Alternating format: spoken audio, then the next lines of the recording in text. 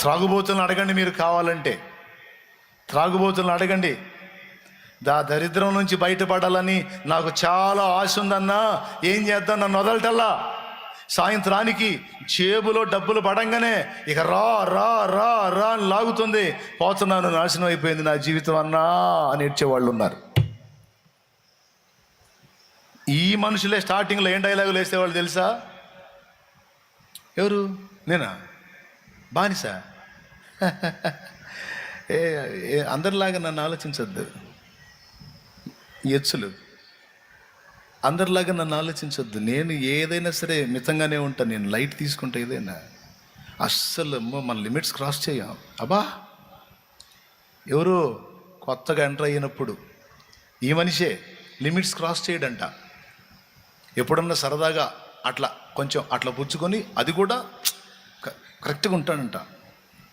తన స్టెబిలిటీ మీద, తనకి తన నిగ్రహం మీద తనకి కాన్ఫిడెన్స్ ఉందంట. కాన్ఫిడెన్స్. ప్రతి ఒక్క త్రాగుబోతు ఈ మొక్కే మాట్లాడతాడు స్టార్టింగ్లో. అప్పుడు మందు సీసా కూడా అట్టుంటుంది. మందు సీసా కూడా వీడి మాటలన్నీ మాట్లాడుతున్నప్పుడు చివరికి ఏమైందో తెలుసా? చివరికి వీడిట్ అయిపోతాడు. మందు సీసానేమో రాదా. నేను చెప్పింది ఏమైనా అర్థమవుతుందా? ఎంతమందికి అర్థమవుతుంది?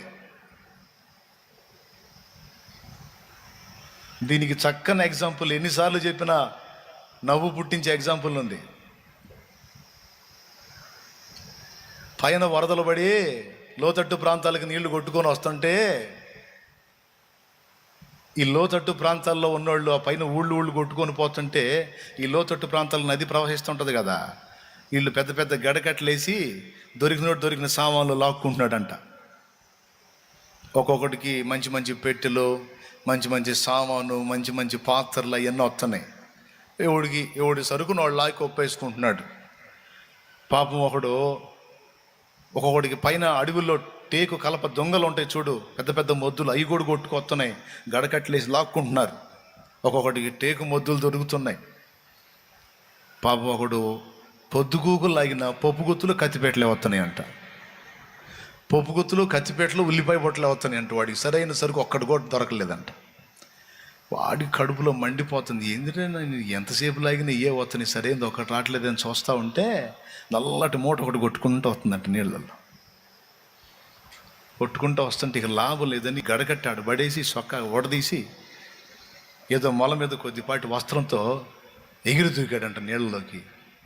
ఈతగాడే, గజ ఈతగాడు, నడి ఏట్లోకి ఈదాడు.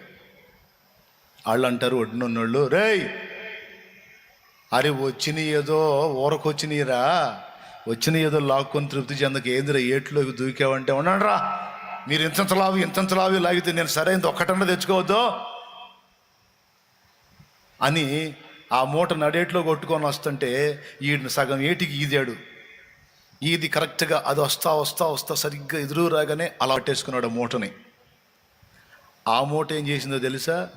ఈడెప్పుడైతే దాన్ని అలా పట్టేసుకున్నాడో అది ఎలా తిరిగి ఈయన్ని అలా పట్టేసుకుంది.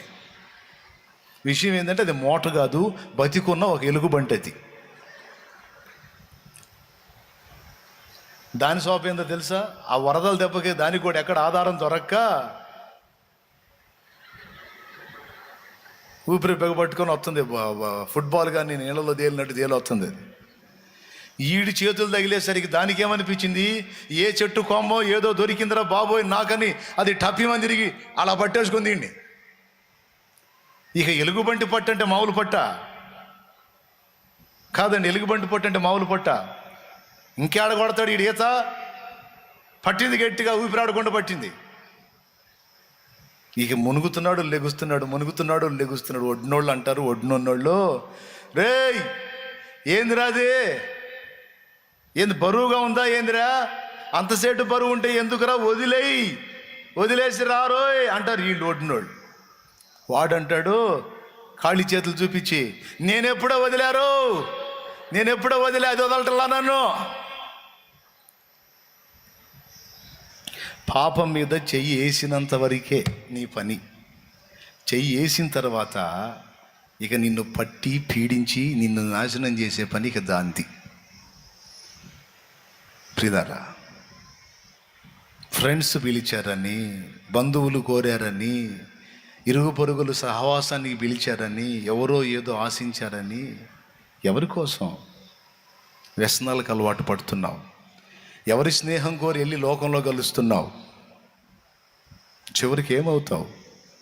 జీవం గల దేవుల్లో నుండి శపించబడినటువంటి అనుభవంలోనికి దిగజారి వెళ్ళిపోతే నువ్వు ఎవరి చేతికి చిక్కుతావు?